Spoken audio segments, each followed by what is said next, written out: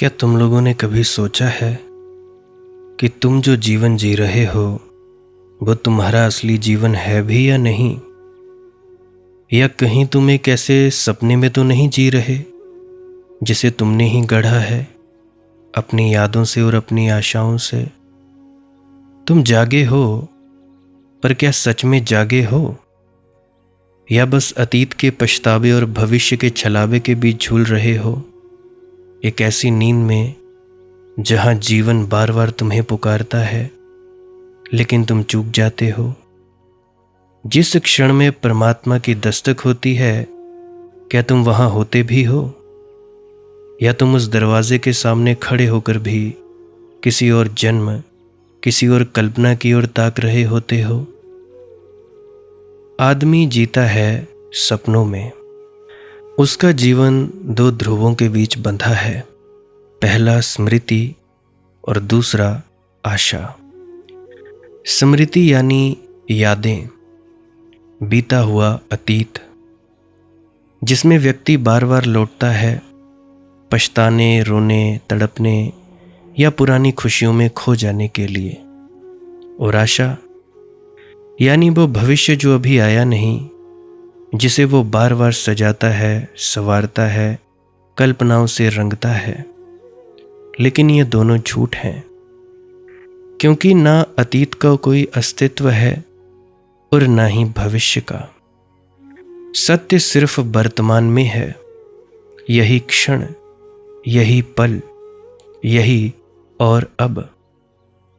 पर इंसान इस अब से चूक जाता है। जैसे कोई यात्री स्टेशन पर खड़ा हो और गाड़ी उसके सामने से निकल जाए और वो अपनी जेब में टिकट लेकर भी बस देखता रह जाए।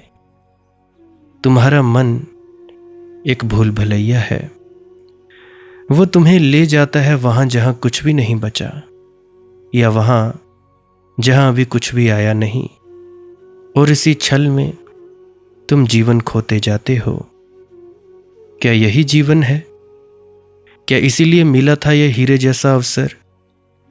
धनी धर्मदास जी ने कहा था, हीरा जन्मना बारंबार, समझ मन चेत हो।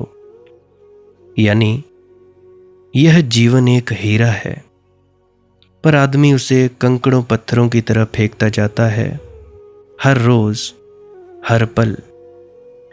क्या तुम्हें याद है कितने जन्म, कितनी पीड़ाएं, कितनी लंबी यात्राएं तय करके ये मानव जीवन मिला है? नहीं ना। और तुम्हारा मन, वो हर क्षण इस अनमोल अवसर को खोता जा रहा है, किसी अतीत की याद में, किसी सपने की चाह में। और परमात्मा, वो बस यही क्षण है, तुम्हारे भीतर इसी पल प्रकट होने को आतुर है, पर तुम्हारी आंखें बंद हैं। अब हम ये नहीं कह रहे हैं कि भाई यादें बुरी हैं, यह आशा करना पाप है, पर जब वे वर्तमान की कीमत पर आती हैं तो वे जीवन से छल करती हैं। हर बार जब तुम अतीत को जीते हो, तुम मरे हुए समय को जीवन समझते हो। हर बार जब तुम भविष्य की कल्पना में खोते हो, तुम अस्तित्व के दरवाजे से गुजरने से चूक जाते हो। और इस तरह तुम जीवन को छूते नहीं, बस उसके विचार में खो जाते हो। पर एक रहस्य है, कुछ ऐसे लोग हुए हैं जो इस क्षण में ठहर गए, जिन्होंने मन की दौड़ को रोका, जिन्होंने कहा अब और यहां ही सब कुछ है। और जैसे ही उन्होंने ये स्वीकारा, वो दरवाजा खुल गया जहां से परमात्मा झांकता है, जहां से शांति बरसती है, जहां जीवन पहली बार पूर्ण महसूस होता है। तो प्रश्न ये नहीं है कि जीवन क्या है, प्रश्न ये है, क्या तुम उसे अभी देख पा रहे हो, या तुम्हारी आंखें किसी याद में उलझी हैं, या किसी मृग तृष्णा की ओर दौड़ रही हैं? क्योंकि जो इस क्षण को खो देता है, वो पूरा का पूरा जीवन खो देता है। क्या तुम लोग जाग सकोगे इस सपने से, क्या तुम उस परम क्षण में प्रवेश कर सकोगे जिसे हीरे से भी कीमती कहा गया है? जिस दिन तुम वर्तमान में ठहर गए उसी दिन स्वप्न टूट जाएगा और जो प्रकट होगा वो तुम नहीं होगे, वो परमात्मा होगा स्वयं तुम्हारे भीतर। अब सवाल यह है, क्या तुम उस क्षण तक पहुंच सकोगे या फिर यह वीडियो भी एक और सपना बनकर बीत जाएगी? यह सत्संग भी एक और सपने की तरह बीत जाएगा? मैं कहता हूं जागो, इससे पहले कि अगला सपना शुरू हो जाए। अगर तुम इस यात्रा को गहराई से समझना चाहते हो तो हम अगली कड़ी में उस रहस्य पर बात करेंगे कि मन को ठहराना कैसे संभव है और कैसे तुम भी उस क्षण के साक्षी बन सकते हो। गुरु प्यारी सत्कारयोग सत्संगत जी, राधा स्वामी जी, आप सभी के भीतर बैठे परमात्मा को मेरा प्रणाम, आप सभी के चरणों में मेरा प्रणाम। विनती करता हूं ध्यान से सुनिएगा, बार बार इस वीडियो को सुनिएगा। बार बार क्यों कहता हूं? ताकि आपको हृदय में मेरी बातें उतर जाएं। हो सकता है समझ में ना आए फिर भी, परंतु आपके अंदर ये जो शब्दों के द्वारा ये जो शक्ति फेंकी जा रही है, ये आपके हृदय में ठहर जाए और आपको भजन सिमरन में तरक्की करने में मदद कर पाए। इसीलिए आप जी इस वीडियो को पूरा सुने, बाकी पुरानी वीडियोस को भी सुन लिया करो। कई बार कुछ मित्रों के प्रश्न होते हैं जिनके उत्तर मैं पुरानी वीडियोस में दे दिया करता हूँ, तो हाथ जोड़कर विनती है कि आप जी उन वीडियोस को भी सुनने की कृपालता करें जी। अब मैं थोड़ा आगे बढ़ रहा हूँ। धनी धर्मदास जी ने जैसा कहा कि हीरा जन्मना बारंबार, समझ मन चेत हो। क्या कह रहे हैं धनी धर्मदास जी? ये जो जीवन तुम्हें मिला है हीरे जैसा है और तुम कंकड़ पत्थरों में गवाए दे रहे हो। हीरा जन्मना बारंबार और फिर मिलेगा या नहीं कुछ निश्चित नहीं। जो अवसर खो जाता है बड़ी मुश्किल से मिलता है। बड़ी मुश्किल से ये जीवन भी मिला है। तुम्हें याद भी नहीं कि कितनी पीड़ाएं, कितने संघर्षों, कितनी लंबी यात्राओं के, अनंत यात्राओं के बाद ये जीवन मिला है। चार्ल्स डार्विन ने सिद्धांत दिया विकास का सिद्धांत, लेकिन पूर्व में विकास की दृष्टि बड़ी पुरानी है, बड़ी प्राचीन है। चार्ल्स डार्विन ने तो जो विकास की दृष्टि दी बड़ी छिछली और उथली है। उसमें केवल देह का हिसाब है कि आदमी की देह या शरीर कैसे विकसित हुआ है। पूर्व ने जो विकास की दृष्टि दी है वह बड़ी गहरी है। आत्मा कैसे विकसित हुई है, मनुष्य का चैतन्य कैसे विकसित हुआ है, इसके बारे में बताया है। अब जो 84 कोटियों की बात है वह काल्पनिक नहीं है।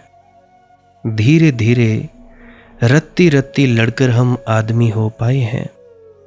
इंच इंच लड़कर हम आदमी हो पाए हैं। लंबी थी यात्रा और धन्य भागी हो तुम लोग, धन्य भागी हो कि आदमी हो पाए हो। अब इसे ऐसे ही मत गवा देना। इसीलिए कहते हैं हीरा जन्म। इस जगत में मनुष्य के जीवन से श्रेष्ठ और कुछ भी नहीं है, और जिस बुरी तरह मनुष्य अपने इन बहुमूल्य क्षणों को गवाता है उसे देखकर आश्चर्य होता है। इतनी कठिनाई से पाई गई संपदा कीचड़ में गवा दी जाती है। इस अवसर का यदि तुम उपयोग कर लो तो तुम्हारे जीवन में प्रकाश हो जाए, परम प्रकाश हो जाए। इस हीरे को अगर तुम ठीक से दांव पर लगा दो तो परमात्मा तुम्हारा है। चूके तो फिर पूरा चक्कर है, चूके तो फिर पूरा चाक घूमेगा। तब दोबारा ना मालूम कब, करीब करीब असंभव सा मालूम होता है कि फिर दोबारा कब आदमी मनुष्य हो पाए। ये चैतन्य की घड़ी फिर कब कब आएगी? और जब चैतन्य होने का क्षण इतनी आसानी से तुम गवा देते हो, तो इसे कैसे पाओगे दोबारा? कैसे खोजोगे? कैसे तलाशोगे? आदमी जिस तरह अपने जीवन का दुरुपयोग करते हैं, उसे देखकर ऐसे लगता है वे आदमी हो कैसे गए। चमत्कार मालूम होता है, कैसे पहुंच गए, कैसे उन्होंने इतनी यात्रा पूरी कर ली। लेकिन अक्सर ऐसा हो जाता है, पाने के लिए तुम तड़पते हो किसी चीज को, और जब उसे पा लेते हो, बस तभी तुम्हारा रस समाप्त हो जाता है। जिंदगी के सामान्य हिसाब में भी यह देखने में आता है। तुम धन पाना चाहते हो, फिर धन पा लेते हो, और फिर तुम्हारा रस धन में समाप्त हो जाता है। मनस्विद कहते हैं, चित्रकार को चित्र बनाते देखो। जब वह चित्र बनाता है तो इतने श्रम से बनाता है, भूख भूल जाता है, प्यास भूल जाता है, सब भूल जाता है। धूप है कि गर्मी है कि ठंडी है, उसे कुछ पता नहीं चलता। वह अपने चित्र बनाने में तल्लीन है। वह इतने रस विमुग्ध होकर बनाता है कि लगता है जब चित्र बन जाएगा तो नाचेगा। लेकिन जब चित्र बन जाता है तो वह चित्र को सरका कर रख देता है। कोई नाच पैदा नहीं होता। वह दूसरे चित्र में उत्सुक हो जाता है, दूसरा चित्र बनाने में लग जाता है। रविंद्रनाथ जी ने 6000 गीत लिखे। जब वे एक गीत बनाते थे, जब गीत बनता था, उतरता था, तो वे द्वार दरवाजे बंद कर लेते थे ताकि कोई बाधा ना दे। कभी दिन बीत जाता, 2 दिन बीत जाते, 3 दिन बीत जाते, भोजन भी ना लेते, स्नान भी ना करते। कब सोते कब उठते कुछ हिसाब न रह जाता। बिल्कुल दीवानों जैसे उनकी दशा हो जाती थी। करीब करीब विक्षिप्त हो जाते थे। और जब गीत पूरा हो जाता तो उसे सरका कर रख देते। शायद ही अपना गीत दोबारा उन्होंने फिर पढ़ा हो। लेकिन ये कथा सारे कलाकारों की है, सारे चित्रकारों, सारे गीतकारों की है। और यही कथा सारे प्रत्येक मनुष्य की भी है। मनुष्य होने के लिए हमने कितनी कठिनाई से यात्रा की है, कितने लड़े हैं, और जब मनुष्य हो गए हैं तो बस बात ही सरका कर रख दी है। अब तो लोग यही पूछते हैं कि समय नहीं कटता, ताश खेलें, इंस्टाग्राम चलाएं, यूट्यूब खोलें, फिल्म देखने चलें, या किसी से झगड़ें कि गाली गलौज कर लें, किसी तरह समय काटें। और इस समय को पाने के लिए तुमने कितनी लंबी यात्रा की थी, कितना दांव पर लगाया था। ये आदमी के मन का अनिवार्य अंग है कि जब वह पाने के लिए चलता है तब तो सब कुछ दांव पर लगा देता है, लेकिन जब मिल जाता है तो बस तत्क्षण मिलते ही सारी उत्सुकता समाप्त हो जाती है। एक स्त्री के पीछे तुम दीवाने थे, फिर उसे पा लिया, और पाते ही तुम्हारा सारा उत्साह क्षीण हो जाता है।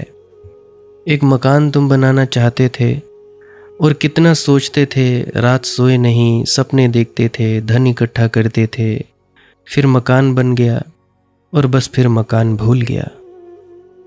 फिर उस मकान को तुम दोबारा देखते भी नहीं।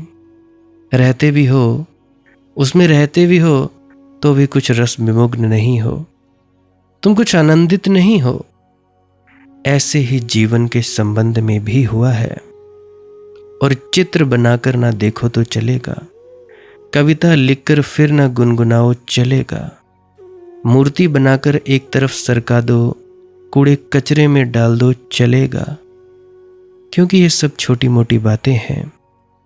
लेकिन जीवन बड़ा बहुमूल्य है। इसकी कोई कीमत नहीं। यह बेशकीमती है, अमूल्य है, मूल्य के पार है, मूल्यातीत है। हीरा जन्मना बारंबार। इसीलिए धनी धर्मदास जी कहते हैं, इस हीरे को जरा समझ लो, खो दोगे फिर बहुत पछताओगे। और कुछ चीज़ें ऐसी हैं कि टूट जाएं तो फिर नहीं जुड़ती, फिर जुड़े नहीं जुड़ती, फिर पूरी लंबी यात्रा करनी होती है, उतनी ही जितनी पाने के लिए की थी। फिर वही पहाड़, फिर वही कंटा किरण मार्ग, फिर वही झाड़ियाँ, फिर वही चढ़ाइयाँ। फिर जब तक पहुँचोगे तब तक फिर भूल जाओगे कि पहले एक बार जीवन मिला था, उसको मैं गवा चुका हूँ, अब ना गवाऊँ। क्या तुम लोग सोचते हो कि तुम पहली बार मनुष्य हुए हो? इस अनंत काल में तुम अनेक बार मनुष्य हुए होगे। इतना लंबा समय बीत जाता है कि तुम बहुत बार इस घड़ी पर आ गए होगे और बहुत बार तुमने ये घड़ी गवा दी है और गवाकर पछताए भी होगे। मरते वक्त रोए भी होगे, खून टपका होगा तुम्हारी आंखों से आंसू बनकर, और तुमने निर्णय किया होगा अब दोबारा ऐसी भूल ना होगी। अगर फिर अवसर मिल जाए और अब दोबारा ऐसी भूल ना होगी, लेकिन जब तक दोबारा अवसर मिलेगा तब तक इतना समय बीत जाता है कि तुम फिर भूल जाते हो। उपनिषदों में ययाति की कथा है, मुझे बड़ी अच्छी लगती है, प्यारी कथा है। कथा ही है, ऐतिहासिक नहीं हो सकती, लेकिन बड़ी मनोवैज्ञानिक है। और पुराण इतिहास है भी नहीं, पुराण मनोविज्ञान है। मनोविज्ञान की गहराई इतिहास से बहुत ज़्यादा है। इतिहास तो कूड़ा करकट बटोरता है। इसीलिए इतिहास में तुम्हें औरंगजेबों, अकबरों, शाहजहां, जहांगीरों की कहानियाँ मिलती हैं। तैमूर लंग और नादिर शाह, इनकी कहानियाँ सब कूड़ा करकट। इतिहास में संतों का पता नहीं चलता, इतिहास पर संतों की लकीर बनती नहीं, क्योंकि जब तक कोई उपद्रव न करें तब तक इतिहास पर उसकी लकीर नहीं बनती। तुम हत्या करो तो अखबार में नाम आता है, तुम चोरी करो तो अखबार में नाम आता है, तुम किसी की छाती में छुरा भोंक दो तो तस्वीर छपती है, तुम किसी गिरते आदमी को सड़क पर संभाल लो कोई खबर नहीं आती, और तुम अपने घर में बैठकर ध्यान करो तब तो खबर आएगी ही कैसे। और तुम प्रभु को याद करो तो किसको पता चलेगा, कौन जान पाएगा। इतिहास अखबारों की कतरन है। पुराने अखबार इतिहास बन जाते हैं, पुराण इतिहास नहीं है, पुराण मनोविज्ञान है। ऐसा हुआ है, ऐसा नहीं, ऐसा होता है सदा। ऐसी ययाति की कथा है। ययाति मरने के करीब आया, बड़ा सम्राट था, उसके 100 बेटे थे, अनेक रानियां थीं, 100 वर्ष जिया, पूरी उम्र लेकर मर रहा था। लेकिन जब मौत ने दरवाजे पर दस्तक दी और मौत ने कहा, ययाति तैयार हो जाओ। भले दिनों की कहानी है, अब तो मौत दस्तक भी नहीं देती, तैयारी का अवसर भी नहीं देती। मौत ने कहा, ययाति तैयार हो जाओ, मैं आ गई। ययाति चौंका, तुम भी चौंको। अगर मौत आकर एक दिन दरवाजे पर दस्तक दे, इसलिए मैं कहता हूं यह मनोवैज्ञानिक है। तो ययाति चौंका। ययाति ने हाथ जोड़कर कहा कि क्षमा करो, मैं तो जीवन गंवाता रहा, 100 वर्ष ऐसे ही बीत गए, पता न चला जी। मैंने तो व्यर्थ में गंवा दिए दिन। नहीं नहीं, मुझे ले मत जाओ, एक अवसर मुझे और दो, ये भूल दोबारा ना होगी। करने योग्य कुछ कर लूं, किस मुंह से परमात्मा के सामने खड़ा होऊंगा, क्या जवाब दूंगा। पुरानी कहानी है। तो जी मौत को दया आ गई। मौत ने कहा, ठीक है, लेकिन किसी को मुझे ले जाना ही होगा। तुम्हारा कोई बेटा जाने को राजी हो? 100 बेटे थे। ययाति ने अपने बेटों की तरफ देखा। ययाति 100 साल का था, उसका कोई बेटा 80 साल का था, कोई 70 साल का था। वे भी बूढ़े होने के करीब थे, लेकिन 80 साल का बेटा भी नीची नजर कर लिया। सबसे छोटा बेटा उठकर खड़ा हो गया। वह अभी जवान नहीं था, अभी कोई 17-18 वर्ष का होगा। उसने मौत से कहा, मुझे ले चलो। मौत को उस पर और दया आई। मौत ने कहा, तेरे और बड़े भाई हैं, वे कोई राजी नहीं होते, तू क्यों जाता है? अपने बड़े भाइयों से क्यों नहीं पूछता, तुम राजी क्यों नहीं होते? उसने पूछा। अपने बड़े भाइयों से कहा, आप जाने को राजी क्यों नहीं हैं? पिता के लिए जीवन नहीं दे सकते? बड़े भाइयों ने कहा कि जब पिता 100 साल का होकर जाने को राजी नहीं, तो हम अभी केवल 80 साल के हैं, 75 साल के हैं। अभी तो हमें जीने दो, हमें तो जीने को और दिन पड़े हैं। और जिस तरह पिता नहीं कर पाया जो करना था, हम भी कहाँ कर पाए हैं। पिता को तो 100 वर्ष मिले थे, नहीं कर पाया। हमें तो अभी 80 वर्ष ही हुए हैं, अभी 20 वर्ष और कायम है, अभी हम कुछ कर लेंगे। फिर भी जवान बेटा तैयार था। उसने कहा, जी मुझे ले चलो। मौत ने पूछा कि तू मुझे पागल मालूम होता है? तू तो अभी जवान है, अभी तूने कुछ भी नहीं देखा। उसने कहा, जब 100 वर्ष से मेरे पिता कुछ ना देख पाए, तो मैं भी क्या देख पाऊंगा? 80 वर्ष के मेरे भाई नहीं देख पाए, 70 वर्ष में मेरे भाई नहीं देख पाए, तो मैं क्या देख पाऊंगा? मेरे 99 भाई नहीं तो कुछ देख पाए, मेरे पिता कुछ नहीं देख पाए। पिता 100 वर्ष से भी मांग रहे हैं, 100 वर्ष में मांग रहे हैं कि जी मुझे और जीवन चाहिए। इतना ही पर्याप्त है मुझे देखने को कि यहाँ दिन सोए सोए बीत जाते हैं, तो मुझे ले ही चलो। मेरा जीवन इतने भी काम आ जाए, मेरे पिता के काम आ जाए, तो भी सार्थक उपयोग होगा। मैं निरर्थक नहीं गंवाना चाहता, ये कम से कम कुछ सार्थक उपयोग है कि मैं पिता के काम आ गया। इतनी तो सांत्वना रहेगी, संतोष रहेगा मुझे। 100 वर्ष बीत गए, फिर मौत आई, और वही की वही बात थी। ययाति फिर रोने लगा। उसने कहा, जी क्षमा करो, मैं तो सोचा कि अब 100 वर्ष पड़े हैं, अभी क्या जल्दी है, जी लेंगे। फिर मैं पुराने ही धंधों में लग गया। अभी तो 100 वर्ष थे, बहुत लंबा समय था, वे भी गुजर गए। कब गुजर गए पता न चला, कैसे गुजर गए ये भी पता न चला। मुझे क्षमा करो, एक अवसर और कहते हैं कहानी बार बार अक्सर देती है, अवसर देती रहती है। ऐसा 1000 साल ययाति जिया, और जब 1000वें साल में मरा, तब भी रोता हुआ ही मरा। तुम लोग भी मरते क्षण में जब मौत तुम्हारे द्वार पर आकर खड़ी हो जाएगी, रोओगे कि मैं कुछ कर ना पाया, राम को याद ना कर पाया, कोई पुण्य का अनुभव ना कर पाया, कोई ध्यान का झरोखा ना खोल पाया, समाधि की मुझे गंध ना मिली। मैंने जाना ही नहीं कि मैं कौन था, मैंने जाना ही नहीं कि अस्तित्व क्या था। मेरा कोई तारतम्य ना बैठा, अस्तित्व से मेरा कोई मेल ना हुआ, मेरा कोई मिलन ना हुआ परमात्मा से। मुझे छोड़ो। मगर जितनी आसानी से ययाति की कहानी में मौत छोड़ देती है, वैसा नहीं होता। वह तो कहानी है, प्रतीक है, मौत तो ले जाएगी, और दोबारा अवसर कब मिलेगा? ययाति तो भूल जाता था हर अवसर के बाद, दोबारा अवसर तुम्हें मिलेगा। इस बीच ना मालूम कितने कल्प बीत गए होंगे, ना मालूम कितने समय बह गया होगा, ना मालूम गंगा का पानी कितना बह जाएगा। गंगा बचेगी कि नहीं दोबारा जब तुम आओगे, तब तक स्वभावतः तुम फिर भूल गए होगे।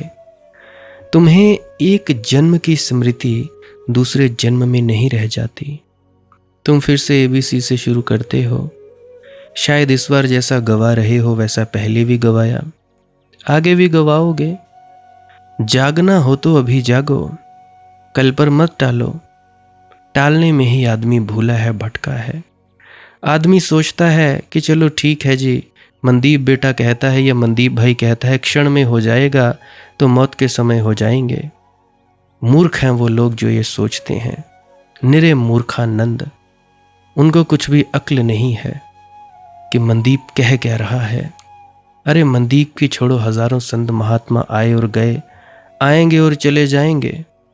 मैं तो फिर भी नासमझ व्यक्ति हूँ, जो हर रोज इस आशा में बोलता है कि भाई कुछ तो इनको समझ में आएगा। क्योंकि आजकल जो बाहर हाल है गुरुओं का, इन संतों का, वो तो भाई बहुत ही बुरा हाल है। फिर भी शुक्र है मालिक का, इतनी ज़्यादा टेक्नोलॉजी है कि घर बैठे ही हमको उस अमृत का पान मिल रहा है। घर बैठे ही हम उस मालिक का सत्संग सुन सकते हैं। तो कुछ मूड हैं, ठीक है जी, मरते वक्त एक क्षण में हो जाएगा। अरे वाह वाह, अगर सारी उम्र कोशिश की होगी तभी तो मरते वक्त एक क्षण में होगा। ऐसे कैसे हो जाएगा? सारी उम्र तुम लोगों ने वासना ही कमाई, वासना को ही तुम लोगों ने प्रायोरिटी दी, वासना को ही चाहा, तो यह हो कैसे सकता है कि भाई मरने वक्त तुम लोग नहीं मरोगे, मरते वक्त तुम लोग पार हो जाओगे? ऐसा कुछ भी नहीं होने वाला। भाई स्थगित किया कि तुमने टाला, आदमी भूला भटका है। टाला कि तुम चूके, कल का कोई भरोसा है? कल कभी आया है? कल कभी आता है? कल उसका नाम है जो कभी नहीं आता। हीरा जन्मना बारंबार, समझ मन चेत हो। तो धनी धर्मदास जी कहते हैं, समझ लो ठीक से, ये हीरे जैसा अवसर फिर मिले ना मिले। और चेत जाओ, जागृत हो जाओ, चैतन्य को पैदा कर लो। ये अवसर इसीलिए है कि चैतन्य पैदा हो सके। अगर जीवन में ध्यान पैदा हो जाए तो जीवन सार्थक हो गया। ध्यान मिला तो धन मिला, ध्यान मिला तो तुम भी धनी हुए, जैसे धनी धर्मदास जी। तो जीवन एक सीढ़ी है ध्यान के मंदिर की। सीढ़ी पर मत बैठे रहो। सीढ़ी का अपने में कोई अर्थ नहीं है। सीढ़ी का प्रयोजन इतना ही है कि तुम मंदिर में पहुंच जाओगे। द्वार पर मत जकड़ कर बैठ जाओ, द्वार व्यर्थ है। मंदिर में प्रवेश करो, मंदिर का देवता भीतर विराजमान है। जीवन को सीढ़ी बनाओ, जीवन को मार्ग समझो। जीवन मंजिल नहीं है, जीवन गंतव्य नहीं है। जीवन मिल गया तो सब मिल गया ऐसा मत समझो। जीवन का उतना ही मूल्य होगा जितना तुम उसमें पैदा कर लोगे। जीवन केवल एक संभावना है, जीवन एक तरह का धन है, ऐसा समझो। मैंने सुना है एक कृपण आदमी था, उसके पास सोने की ईंट थी, वह उसने अपनी तिजोरी में रख छोड़ी थी। भूखा प्यासा रूखा सूखा खाता था, बस रोज तिजोरी खोलकर अपनी सोने की ईंटों को देख लेता था। उसका बेटा जवान हुआ, उसने देखा ये भी क्या पागलपन है। हमें खाने को नहीं, पीने को नहीं, ओढ़ने का ठीक वस्त्र नहीं, घर द्वार ढंग का नहीं, और हमारे पास इतना धन है और बाप कुल इतना करता है कि तिजोरी खोल के, जैसे लोग मंदिर में जाकर भगवान दर्शन कर आते हैं, ऐसे सोने की ईंट का दर्शन कर लेता है, प्रसन्न होकर फिर तिजोरी बंद कर देता है। ये जो सोने की ईंटें हैं, इनका मूल्य केवल संभावना में है, पोटेंशियल है। अगर इनका उपयोग करो तो ही मूल्य है, अगर उपयोग ना करो तो सोने की ईंटें रखी हैं तुमने तिजोरी में कि पत्थर की ईंटें रखी हैं, क्या फर्क पड़ता है। बेटे ने एक होशियारी की, उसने पीतल की ईंटें बनवाई, सोने का पॉलिश चढ़वाया और तिजोरी ने बदल दी। बाप वही करता रहा, रोज खोले तिजोरी, अब तो पीतल की ईंटें थी, नमस्कार कर लें, बड़ा प्रसन्न हो जाए। बाप को तो कोई फर्क नहीं पड़ा। धन तभी पता चलता है कि धन है जब तुम उसका उपयोग करो, अन्यथा निर्धन और धनी में क्या फर्क है। तुम अगर करोड़ों रुपए भी अपनी जमीन में गड़ाकर बैठे हो और भीख मांग रहे हो, तो तुम में और उस भिखमंगे में क्या फर्क है जिसके पास एक पैसा भी नहीं है। धन का मूल्य उपयोग में है, धन का मूल्य धन में नहीं है, उपयोग में है, उसके विनिमय में, एक्सचेंज में है। धन जितना चले उतना उपयोगी हो जाता है, जितना तुम उसका रूपांतरण करो उतनी ही उपयोगिता बढ़ती जाती है। इसीलिए कंजूस के पास धन होता ही नहीं, क्योंकि धन गति में है। इसीलिए तो अंग्रेजी में धन के लिए जो शब्द है वह है करेंसी।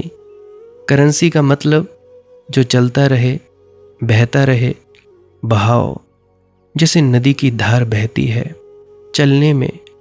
अगर अमेरिका बहुत धनी है तो उसका कुल कारण इतना है कि अमेरिका एकमात्र देश है जो धन का करेंसी होने का अर्थ समझता है।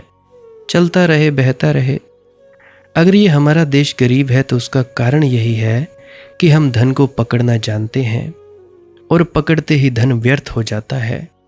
फिर सोने की ईंट में और पीतल की ईंट में कोई फर्क नहीं होता। बचाओ कि धन मर गया।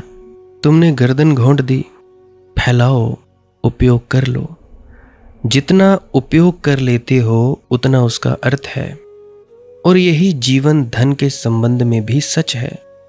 जीवन को पकड़कर मत बैठे रहो, कंजूस बनकर मत बैठे रहो, इसका उपयोग करो। फिर उपयोग जितना विराट करना चाहो कर सकते हो। इससे चाहो तो कचरा खरीद सकते हो, उतना मूल्य होगा तुम्हारे जीवन का।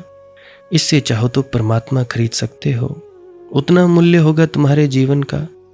जीवन तो कोरी किताब है, तुम उस पर जो लिखोगे वही मूल्य हो जाएगा। गालियां लिख सकते हो, गीत लिख सकते हो, ये सब तुम पर निर्भर है। लोग मुझसे आकर पूछते हैं जी जीवन का अर्थ क्या है। मैं उनसे कहता हूं जीवन का अपने में कोई अर्थ नहीं होता, अर्थ डालना होता है। जीवन कुछ ऐसे थोड़ी है कि रेडीमेड अर्थ कि गए बाजार से और खरीद लाए। जीवन में अर्थ डालना होता है। इसलिए बुद्ध के जीवन में कुछ अर्थ होता है, कृष्ण के जीवन में, क्राइस्ट के जीवन में कुछ अर्थ होता है। तैमूर लंग के जीवन में क्या अर्थ होगा, नादिर शाह के जीवन में क्या अर्थ होगा। खून खराबा, अर्थ कहाँ। मारकाट है, अर्थ कहाँ जी। आपधापी है, अर्थ कहाँ। अर्थ होता नहीं जीवन में। रखा रखाया नहीं है कि तुम गए और दरवाजा खोला और अर्थ मिल गया। अर्थ निर्मित करना होता है, अर्थ का सृजन करना होता है, अर्थ के लिए प्रयास करना होता है, प्रार्थना करनी होती है, प्रतीक्षा करनी होती है। हर आदमी अपने जीवन को अर्थ देता है। अगर तुम्हारे जीवन में अर्थ न हो तो एक बात ख्याल में ले लेना, तुमने अर्थ दिया नहीं। अगर तुम्हारी किताब कोरी हो तो उसका अर्थ है कि तुमने गीत नहीं लिखा। अगर तुम एक अनगढ़ पत्थर लिए बैठे हो तो कैसे अर्थ होगा।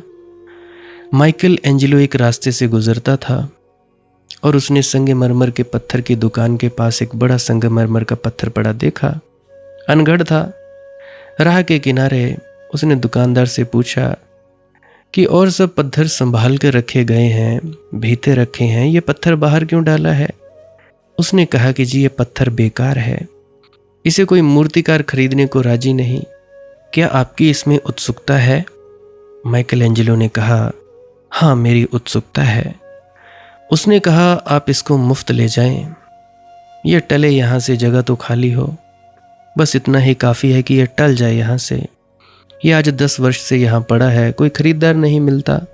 आप ले जाओ जी, कुछ पैसे देने की ज़रूरत नहीं। अगर आप कहो तो आपके घर तक पहुँचाने का काम भी मैं कर देता हूँ। 2 वर्ष बाद माइकल एंजेलो ने उस पत्थर के दुकानदार को अपने घर आमंत्रित किया कि मैंने एक मूर्ति बनाई है, तुम्हें दिखाना चाहूँगा। वह तो उस पत्थर की बात भूल ही गया था। मूर्ति देखकर तो दंग रह गया।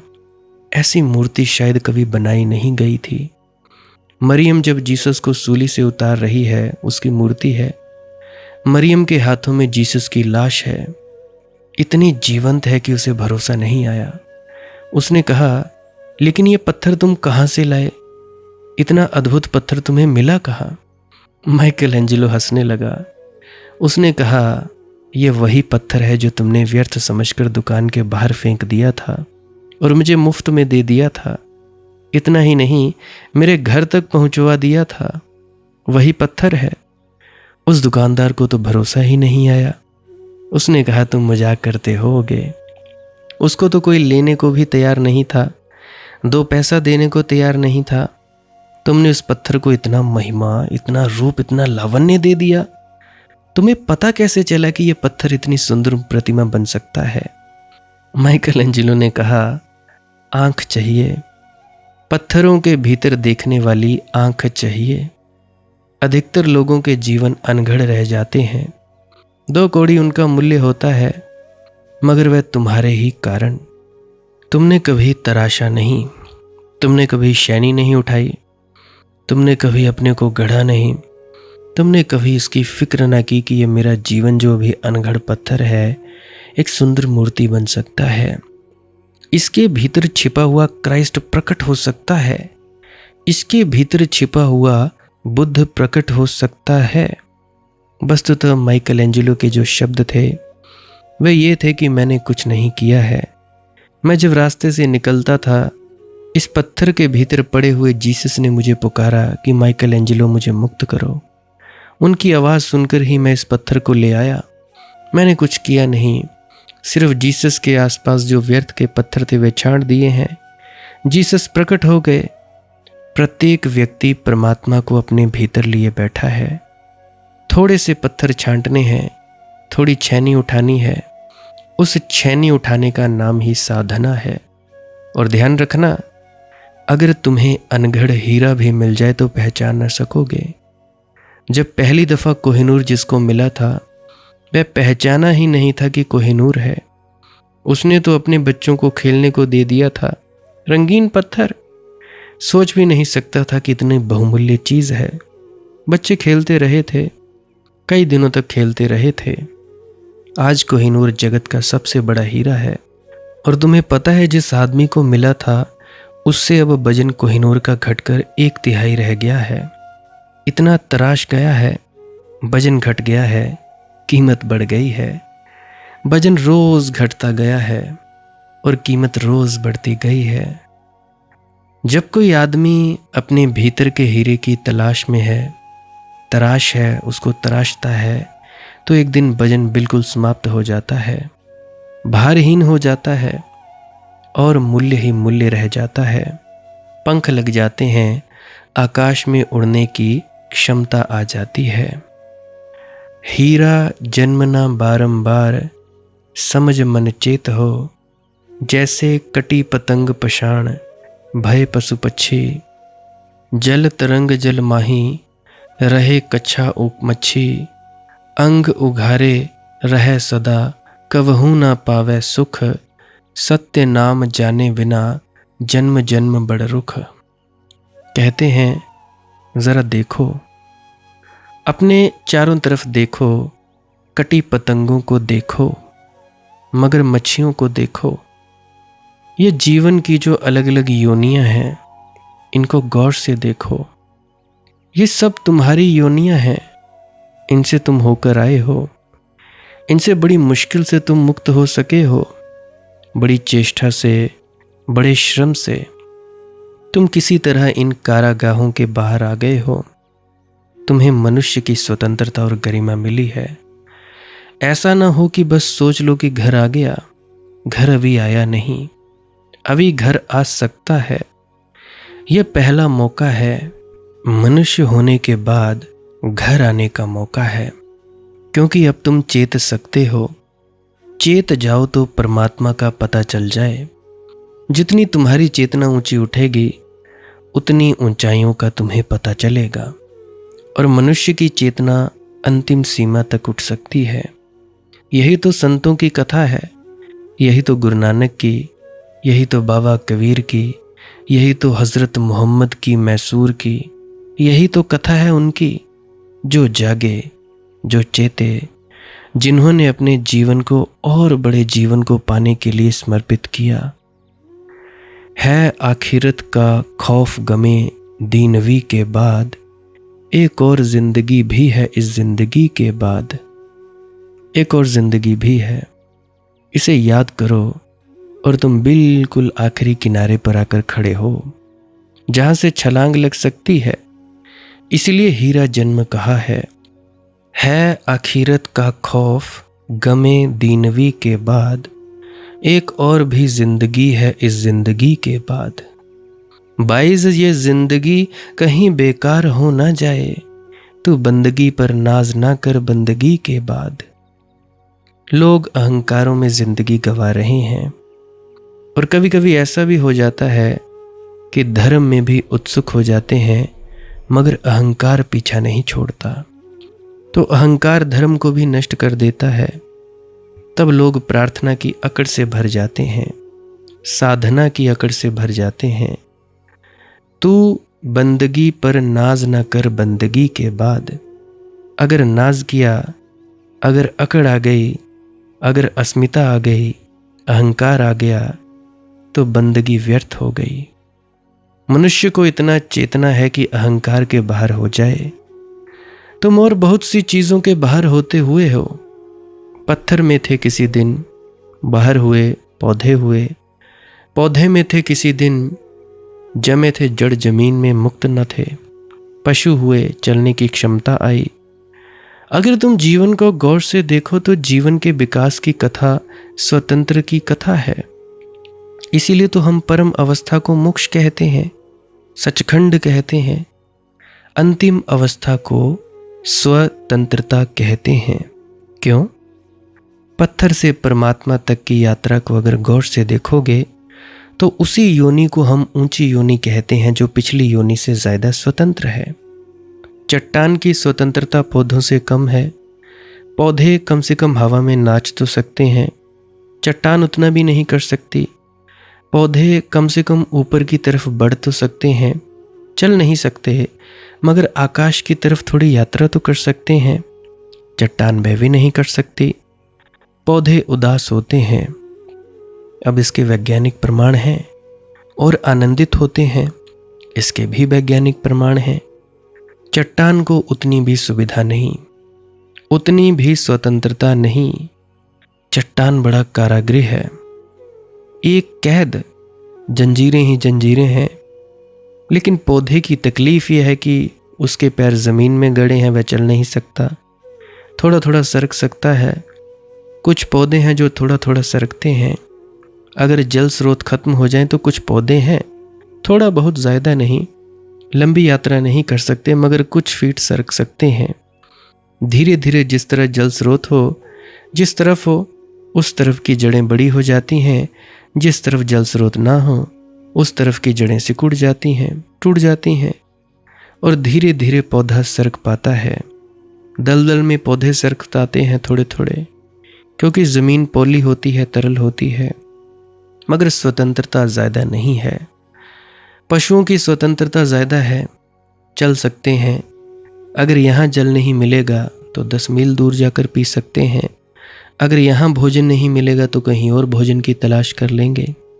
स्वतंत्रता बढ़ गई, मगर बहुत ज़्यादा नहीं। इसीलिए तो बहुत से पशु पृथ्वी पर रहे और मर गए। उनकी सिर्फ अब लाशें मिलती हैं, क्योंकि हालतें इतनी बदली कि वे पशु नई हालतों के लिए अपने को राजी न कर पाए। हालतें रोज बदलती हैं। समझो कि अचानक सर्दी आ जाए तो पशु कोट नहीं बना सकता, इतनी स्वतंत्रता उसकी नहीं है, वह मर जाएगा। या बहुत धूप हो जाए तो वह एसी पैदा नहीं कर सकता, वह उतनी स्वतंत्रता में नहीं है, वह बंधा है, उसकी भी एक सीमा है। थोड़ा बहुत हो तो इंतजाम कर लेता है, धूप हो जाए तो वृक्ष के नीचे बैठ जाता है जाकर, सर्दी हो जाए तो धूप में खड़ा हो जाता है आकर, बस सीमा है। मनुष्य और आगे बढ़ा, अर्थों में स्वतंत्रता पैदा कर ली, वह कई अर्थों में अपना मालिक हो गया, वह प्रकृति से बहुत अर्थों से मुक्त हो गया है, निर्भर नहीं है। इसीलिए मनुष्य में तुम ख्याल रखना, जो जाति जितनी ज़्यादा मुक्त होती है उतनी विकासमान होती है। जो जाति अतीत से बहुत दबी होती है और परंपरावादी होती है, विकासमान नहीं होती, क्योंकि उसकी स्वतंत्रता उतनी ही कम हो जाती है। अतीत से दबी हुई जातियां देर अवेर मर जाती हैं, बच नहीं सकती। अतीत से दबे होने का अर्थ यह होता है कि उसके पास ऐसे प्रश्नों के उत्तर हैं जो प्रश्न ही अब नहीं रहे, और वे उन्हीं उत्तरों को पकड़े बैठा है। अब जैसे वर्षा नहीं होती तो हिंदू यज्ञ करता है, अब यह उत्तर ही फिजूल हो गया है। अब वर्षा के बेहतर उपाय हैं, मगर तुम यज्ञ कर रहे हो, उसमें लाखों करोड़ों रुपए जला रहे हो, और कोई अंत नहीं है मूर्खता का। तुम्हें मिनिस्टर भी वहां पहुंच जाते हैं तुम्हारे यज्ञों में आशीर्वाद लेने। अगर ये देश मर रहा है, सह रहा है, तो उसका कुल कारण इतना है कि जो बातें हमें कभी की छोड़ देनी चाहिए थी, उनको हम नहीं छोड़ पाते। हम उनको पकड़े हैं, हमारी छोड़ने की स्वतंत्रता बड़ी कम है। तुम जानकर हैरान हो जाओगे, ऐसे उल्लेख हैं इतिहास में कि कोई जाति चावल ही खाती थी, चावल खत्म हो गया तो वह मर गई, मगर वह गेहूं खाने के लिए राजी नहीं हुई। बड़े सिद्धांतवादी लोग रहे होंगे कि हम तो बस चावल ही खाएंगे, हम गेहूं नहीं खा सकते। कभी हमारे बाप दादों ने नहीं खाया तो हम कैसे खा सकते थे? हमारे बाप दादे जो करते रहे वही हम करेंगे। हालांकि समय बदल गया, स्थिति बदल गई, ढंग बदल गए। और ये बात मेरे चाचा जी ने भी मुझे कही थी कि क्या हमारे पुराने खानदान में कोई ऐसा था जिसने कभी ऑनलाइन वीडियो डाली? मैंने कहा खानदान में तो कोई भाई संत महात्माओं को मानने वाला भी नहीं था। ढोंगी पखंडी तो बहुत थे, और जैसा कि तुम सब ढोंगी पखंडी हो, तुमने पखंड कर रखा है, चले जाएंगे डेरे, सेवा कराएंगे, आ जाएंगे घर पे। जैसा तुम्हारा हाल है ऐसे मेरे पिता का हाल, ऐसे ही तुम्हारे पिताओं का हाल रहा होगा, दादाओं परदादाओं का हाल रहा होगा। और क्या है? क्या तुम लोगों ने कभी सोचा कि हमारे कुल में कोई संत महात्मा पैदा हो? अरे बाकी पैदा करने की छोड़ो, क्या तुम लोग ही हो पाए? नहीं हो पाए। फिर तुम लोग कह देते हो कि जी कर्मों का खेल है। अरे भाई, अगर कर्मों का खेल है तो कर्म भी करो ना। अगर गुरु कहता है कि भाई भजन सिमरन से तुम अपने भीतर उतर पाओगे, उस मालिक का आनंद ले पाओगे, तो कर्म क्यों नहीं करते? रोका किसने है? पहले तो तुम लोग अपना कर्म कांड कर लेते हो, जो भी तुम लोगों ने ढोंग पाखंड करने होते हैं, फिर बाद में बोलते हैं बाबा जाने। अरे भाई, पहले तुमने अपना कर लिया, फिर कौन सा बाबा जाने? फिर कहते हैं कि भाई क्या तुमसे पहले कोई था? मैंने बोला भाई नहीं है, ना होंगे। मेरी पीढ़ी के बाद अभी जो पैदा हुआ हूँ, मेरे आने के बाद जितने भी बच्चे होंगे मेरे कुल में, वो सभी प्रबुद्ध ही होंगे ही, क्योंकि जन्म देने का हक सिर्फ एक प्रबुद्ध पुरुष को ही है और किसी को हक नहीं है। बाकी तुम लोगों को क्या पता, तुम लोग तो इस जिंदगी को ऐसे ही मानते हो दुखों की नगरी है। तुम लोग खुद दुखी हो, अपने बच्चों को भी दुखी करोगे। कई लोग तो ऐसे शादी करके बच्चे कर देते हैं कि कहीं तलाक ना देना पड़े, बच्चा हमारे पास ही रह जाए, या बच्चे के कारण ये पत्नी हमारे पास रह जाए। कुछ लोग तो इस तरह से बच्चे पैदा किए हुए हैं, पता नहीं क्यों करना है पैदा, काहे को करना है। और बच्चे भी क्या पैदा करते हैं? राक्षस पैदा करते हैं। बच्चा पेट में आ गया, भोग करते हैं, बच्चे हो जाते हैं उपद्रवी, बच्चे हो जाते हैं शराबी कबाबी, चोर उचक्के हो जाते हैं। माताएं अपना दिमागी हालत ठीक नहीं रखती। दिमागी हालत ठीक नहीं तो बच्चे कैसे होंगे तुम्हारे पैदा? ये जो तुम लोग आज दुनिया में देखते हो जन्मे बच्चे, ये सब क्या है? किसी का आदर नहीं, किसी का मान नहीं, सम्मान नहीं, कोई संस्कार नहीं, किसी का भला नहीं कर सकते। सब अपने अपने में, अपने अपने मोबाइल में टिच टिच टिच टिच करते हैं और कुछ नहीं करते। कोई बूढ़ा दादा बोल दे कि बेटा पानी ले आओ तो लाते नहीं, सुनते ही नहीं है। मैं नहीं कहता मोबाइल चलाना गलत है, पर किसी चीज़ की अति भी तो भाई खतरनाक है। पानी भी अति में पियोगे तो वो भी तो खतरनाक है ना। शहद पी लो, शहद को अमृत कहा जाता है, अति है ना। तो भाई अति में मत जरा करो। ये मत बोला करो कि भाई हमारे बाप दादा करते रहे तो हम वही करेंगे। नहीं भाई। तो ऐसे ही मैंने चाचा जी से पूछ लिया कि हमारे खानदान में कोई मिस्त्री था, फिर वे चुप हो गए। चुप क्यों हो गए? क्योंकि हमारे खानदान में कोई मिस्त्री था ही नहीं। हमने गुलामी की। हमने पिछली जिंदगी में मेरे जितने भी पूर्वज थे, मतलब मेरे कुल के, जिस कुल में मैं पैदा हुआ हूँ, गुलामी ही की। किसी के कानों में कान फोड़ देते थे, सिक्के डाल देने, किसी की आंखें छीन लेनी, जीभ काट लेनी, स्त्रियों को स्तन टैक्स, स्तन ढकने का भी उनको हक नहीं था। इतने बुरे बुरे अत्याचार किए गए।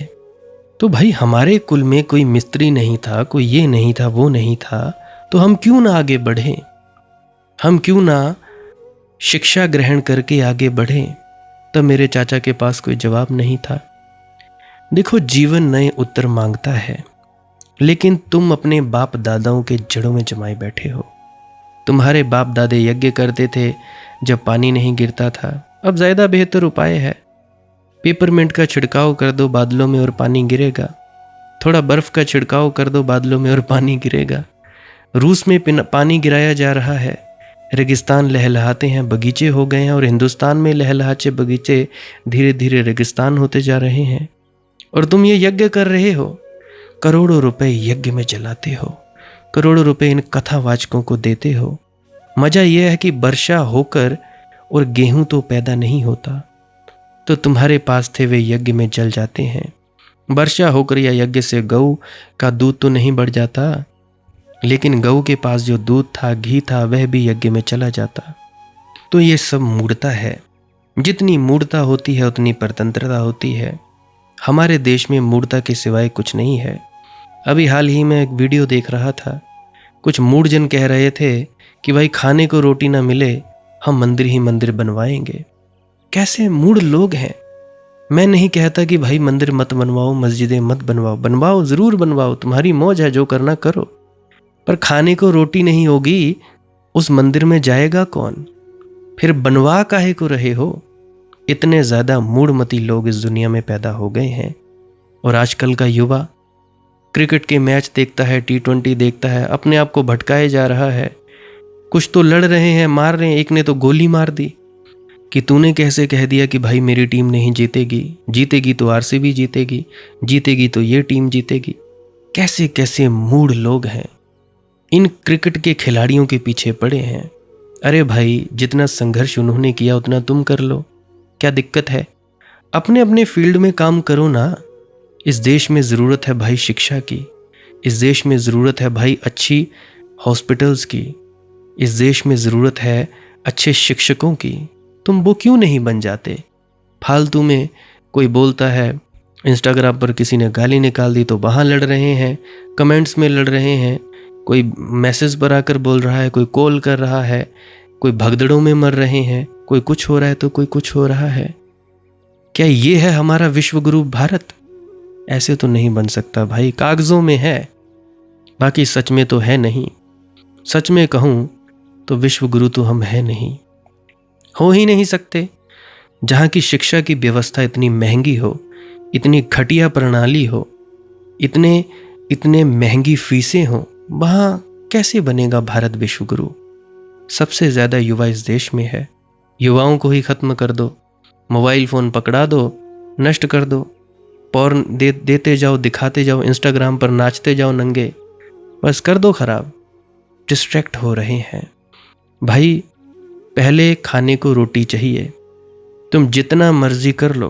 और एक और बात मेरी ख्याल में ले लेना, जो स्त्री अपने घर वालों और पुरुषों की इज्जत नहीं करती, सेवा नहीं करती, वो भूल जाए परमात्मा, भूल ही जाए। वो अपने दिमाग से ये बात ख्याल निकाल दे कि भाई हम लोग परमात्मा को उपलब्ध हो पाएंगे।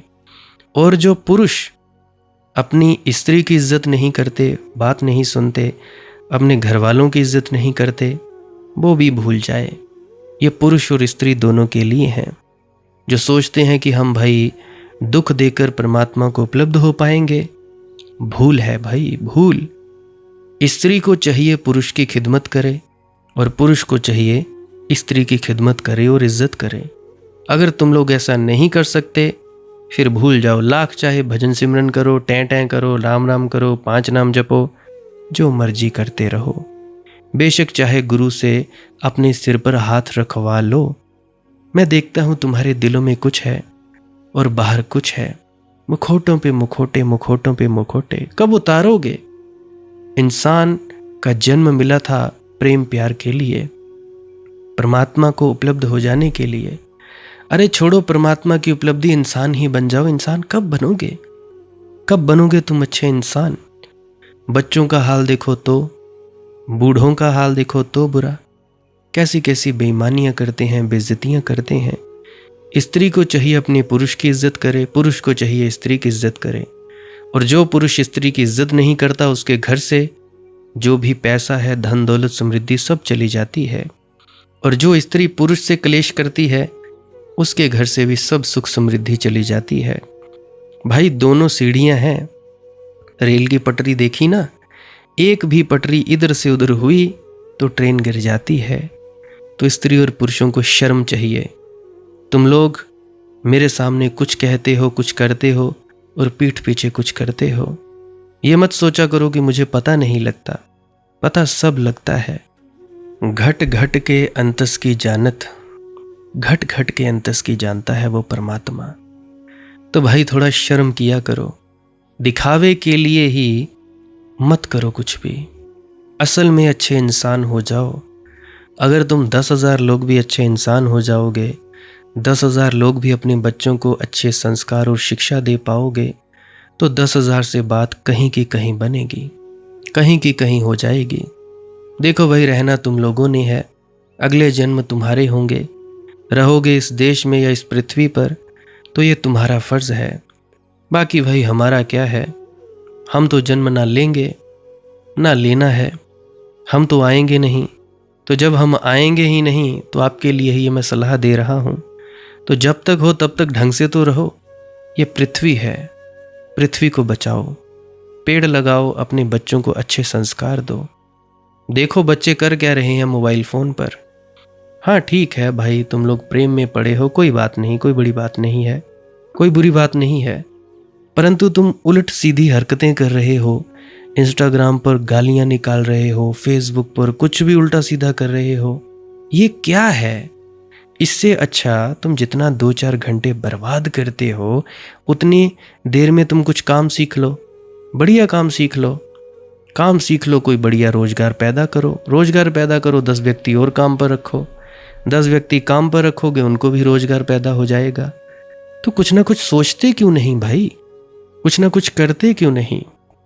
किया करो, ऐसे ही नहीं होगा, क्योंकि मेरा फर्ज है उपदेश करना, करना ना करना तुम्हारी मौज है, मेरे चाहे जो मर्जी करो।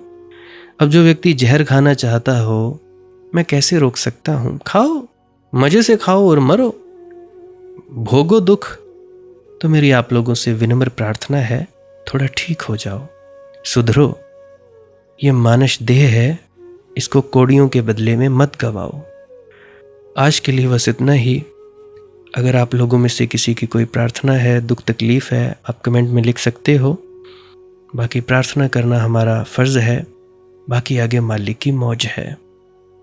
विनती है आप जी कमेंट को ज़रूर पढ़ लिया करें, जो भी आप कमेंट करते हो मैं रिप्लाई ज़रूर दे दिया करता हूँ। अंत में यही अरदास करता हूँ कि आप लोग सभी प्रबुद्ध हो जाएं, अंतस में उतर पाएं, ध्यानस्थ हो जाएं, आप लोग सभी सद्बुद्धि में आ जाएं।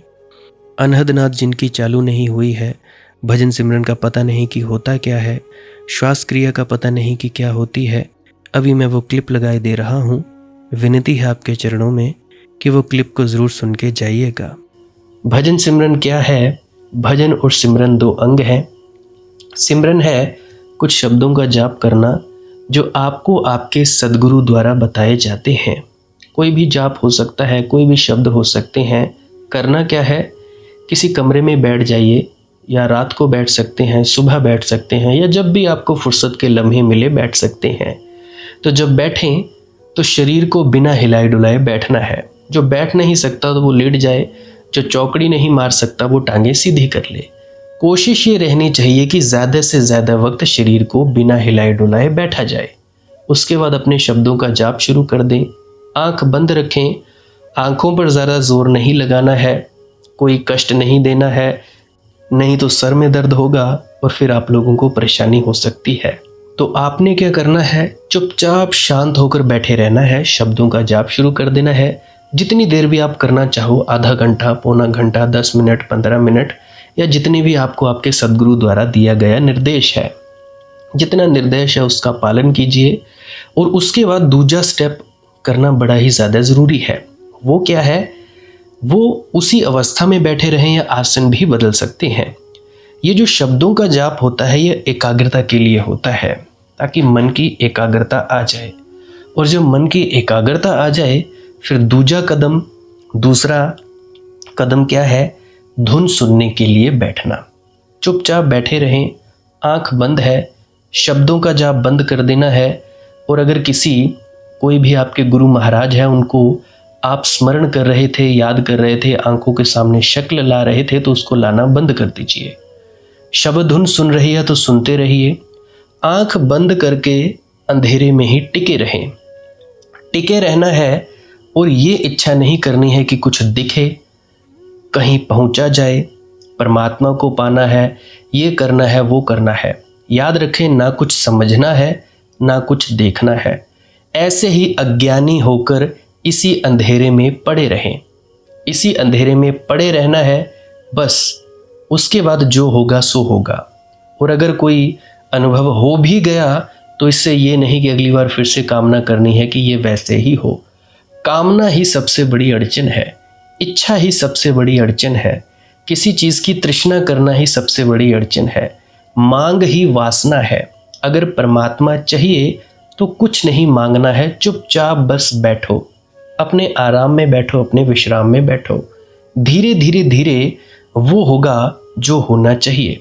अगर मैं ज़्यादा बोलूँगा तो आप लोग फिर से उसकी कल्पना कर लोगे कि जी ऐसा होता है, खंड ब्रह्मांड ऐसे होते हैं, चांद तारे दिखेंगे, फलाना ढिकाना। तो मैं ऐसा नहीं कहूँगा, मैं बस इतना कहूँगा जो कुछ दिखता है, कुछ भी दिख जाए, वो मन है, वो माया है। जो नहीं दिखता वही आत्मा है, वही आत्मा में होना है। अब जैसा कि तुम लोग इसी अंधेरे में टिके रहोगे, टिके रहोगे, टिके रहोगे, तो कुछ दिनों के बाद या महीनों के बाद एक प्रकाश आएगा। वो प्रकाश पूरे शरीर में फैलता जाएगा और धीरे धीरे तुम इस प्रकाश के सहारे अपने आप में स्थित होगे। अब देखो, इस प्रकाश को देखने वाले भी तुम हो और इस शब्द धुन को सुनने वाले भी तुम हो। अब जो ये शब्द धुन को सुनता है और प्रकाश को देखता है, ये तुम हो। तो अपने आप में स्थित होना है, अपने आप को जानना ही सच्चा आत्मज्ञान है। खुद को जानना, खुद को जान लिया, मालिक को फिर जान जाओगे। तो इतनी सी प्रक्रिया है। और आगे आप श्वास क्रिया भी कर सकते हो। ये मुझे बताई गई थी विजय शर्मा जी द्वारा। वो एक उच्च कोटि के संत हैं, तो उन्होंने मुझे बताई और मेरा फ़र्ज़ बनता है कि आप सभी को बताऊं। वैसे तो मैं रोज़ रोज़ बताता हूं, फिर भी आज फिर से बता रहा हूं। श्वास क्रिया क्या है? नाक से सांस लेना है, मुंह से छोड़ना है। लंबा सांस लेना है नाक से और मुंह से छोड़ देना है। 15 मिनट करें, 20 मिनट करें, आधा पौना घंटा, जितनी देर भी आप कर सकते हो करें। करने के बाद करना कुछ नहीं है, चुपचाप आंख बंद करके बैठ जाना है। लेट सकते हो तो लेट सकते हैं, वो आपकी अपनी इच्छा है। नींद आ जाए तो सो जाना है, कोई शरीर को कष्ट नहीं देना है। अगर सर घूमे घूमने देना है, अगर आपका शरीर कांपे तो कांपने देना है। उसकी आपने दिक्कत, परेशानी और चिंता नहीं लेनी है, ये सब होता ही है। और मरने से डर लगे तब भी नहीं डरना है, ये होता ही है। क्या कहा मैंने? 15 से 20 मिनट कर सकते हैं, उसके बाद चुपचाप बैठें और अपने भीतर अपने आप उतर जाओगे। ठीक है जी। प्रेग्नेंट लेडीज़ बिल्कुल ना करें, जिनको दिल की बीमारी है या गोलियां वगैरह खाते हैं वो भी बिल्कुल ना करें, और बाकी सब कर सकते हैं। जिनको नींद नहीं आती वो अवश्य करें, और जिनको थोड़ा डिप्रेशन रहता है वो भी अवश्य करें, और जिनके बच्चे थोड़े पढ़ाई में कमज़ोर हैं वो भी ज़रूर करें। बाकी आपकी मौज है, करना हो करिए, नहीं तो आपकी अपनी अपनी इच्छा है। और ध्यान दें, जब सिमरन करें तो उसके बाद सीधा भजन पे बैठें, और जब ये श्वास क्रिया करें तो इसके बाद सीधा भजन के लिए बैठें। अलग अलग प्रक्रियाएं हैं, एकाग्रता के लिए है श्वास क्रिया और एकाग्रता के लिए ही है भजन सिमरन। सिमरन भी एकाग्रता के लिए और श्वास क्रिया भी एकाग्रता के लिए। ठीक है, मिक्स नहीं करना है, अलग अलग करिए। अगर श्वास क्रिया करी तो उसके बाद सीधा धुन सुनने पर बैठें। अगर सिमरन के शब्दों का जाप किया उसके बाद फिर से धुन सुनने पर बैठें। बाकी आपकी अपनी मौज है, जो आपको रुचे वो कर सकते हो। अगर धुन सुनने लगे तो धुन सुनने पर ही डायरेक्ट बैठा जाए, परंतु श्वास क्रिया मत छोड़ना, क्योंकि श्वास क्रिया करने से शारीरिक, मानसिक और आध्यात्मिक लाभ मिलता है। तो बाकी आप कीजिए, आपकी मौज है। और कोई प्रश्न है तो कमेंट सेक्शन में पूछ सकते हैं, या इंस्टाग्राम, टेलीग्राम, फेसबुक पे सर्च करें मालिक की मौज सत्संग, तो वहाँ पे पूछ सकते हैं। प्रश्न पूछने से पहले एक विनती, आप लोग पुरानी सत्संग वीडियोस को अवश्य सुनिए। क्या पता आपके प्रश्नों के जवाब मिल जाएं और आप अपने भीतर ध्यान में उतर जाएं। बाकी आपकी अपनी मौज है। लाइक कर सकते हैं इस वीडियो को अगर आपको कुछ सीखने को मिला है, और कमेंट सेक्शन में राधा स्वामी ज़रूर लिखें। सब्सक्राइब कर सकते हैं इस चैनल को अगर रोज़ रोज़ नए नए सत्संग सुनना चाहते हैं। और बाकी आप सत्संग लगा के छोड़ दीजिए, और बस छोड़ दीजिए। सुनते सुनते आप ध्यान में प्रवेश करेंगे या तो आप जी सो जाएंगे, तो आपकी मौज है। बाकी आप लोग अगर शेयर करना चाहो अपने मित्रों तक तो कर सकते हैं, नहीं तो मालिक की मौज है, कोई चक्कर नहीं है। आप मुझे इतने अंत तक सुनते हो, इतने अंत तक सुनने के लिए आपका बहुत बहुत शुक्रिया, बहुत बहुत धन्यवाद और मुबारक हो आप लोगों ने जो आनंद प्राप्त किया। अब मैं अपने गुरु महाराज को प्रणाम करता हूँ। आप सभी के भीतर बैठे परमात्मा को भी प्रणाम करता हूँ। मेरा प्रणाम स्वीकार करें। राधा स्वामी जी।